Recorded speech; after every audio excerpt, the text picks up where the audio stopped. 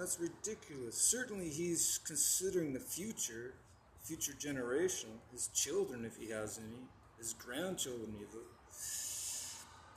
his immediate relatives, cousins, nephews.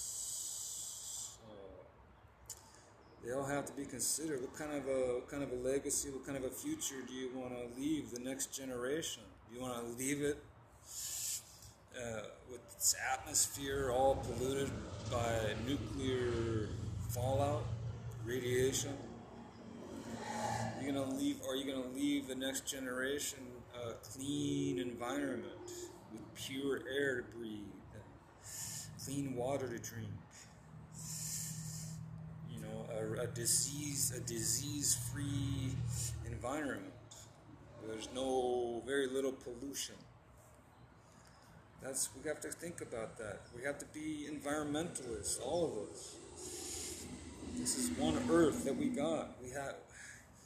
There may not be another one, although they theorize that there might be other Earths, but we don't know for sure because we haven't made it that far with our probes and our.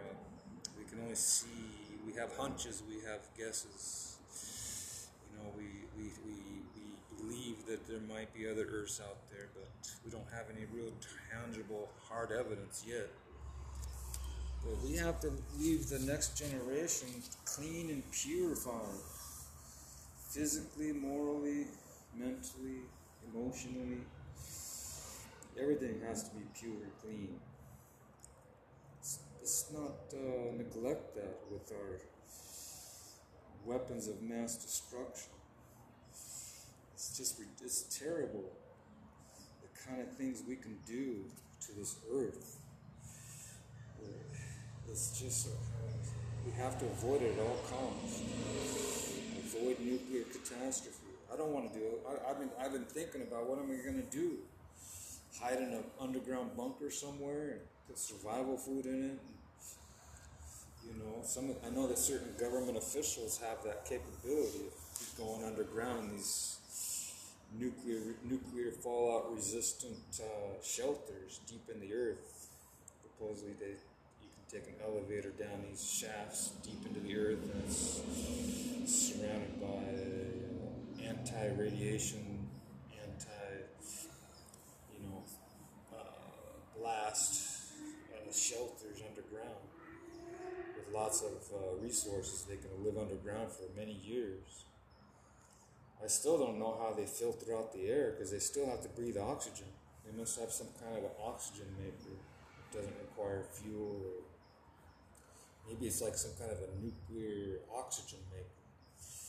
But you have to be able to breathe air, clean air. So how are they going to manage that if they have to pull the air from above the ground? If the air is all polluted with nuclear fallout? Man, I don't know how. I've been trying to look it up to see how I can survive it if it happens. But man, I don't know if I should become the extreme survivalist and prepare for it. And maybe there's nothing. I don't have enough resources personally to purchase all of this survival gear. It costs a fortune. Some people do. They purchase all these hazmat suits and masks and respirators and air tanks. And they can endure a certain level of it if they're suited properly with this gear. But they can only wear it for a short period of time before they have to swap it out because the outer garments become contaminated.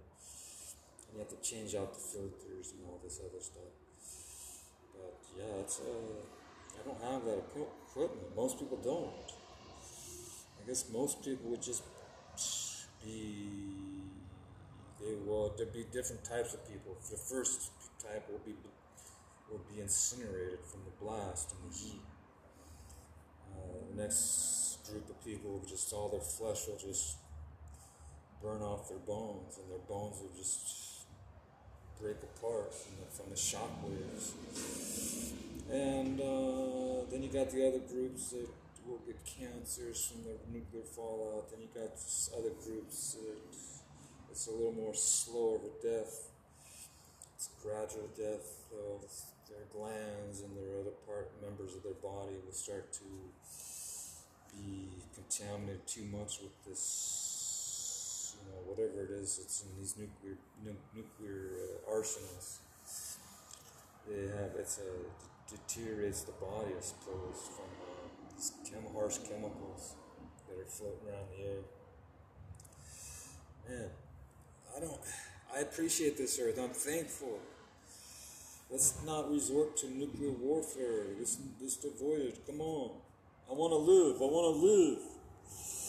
Okay? Don't push any buttons. Don't launch these missiles.